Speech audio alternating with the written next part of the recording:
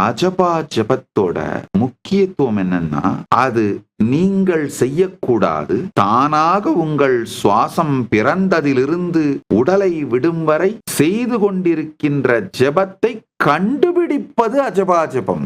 ஆரம்பத்துல நீங்க அதை கண்டுபிடிக்கும் பொழுது சோ சாஹம் அப்படின்னும் மெது மெதுவா அதுல ஊற ஊற ஊற ஆழ்ந்து கேட்க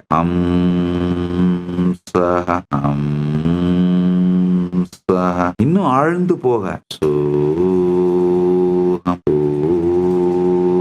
இப்போ உங்களுக்கு புரியறதுக்காக நான் சொல்லி காட்டுறேன். ஆனா நீங்கள் சொல்லக்கூடாது. மனதாலோ வாக்கினாலோ உணர்வாலோ சொல்லக்கூடாது. அது என்ன செய்கிறது என்று ஆழ்ந்து உங்கள் சுவாசம் பிராண ஓட்டம் தானாகவே எந்த சப்தத்தை உங்களுக்குள் உருவாக்குகிறது அப்படிங்கிறத கண்டுபிடிச்சு அதோடு இருப்பதுதான் அஜபா ஜபம்.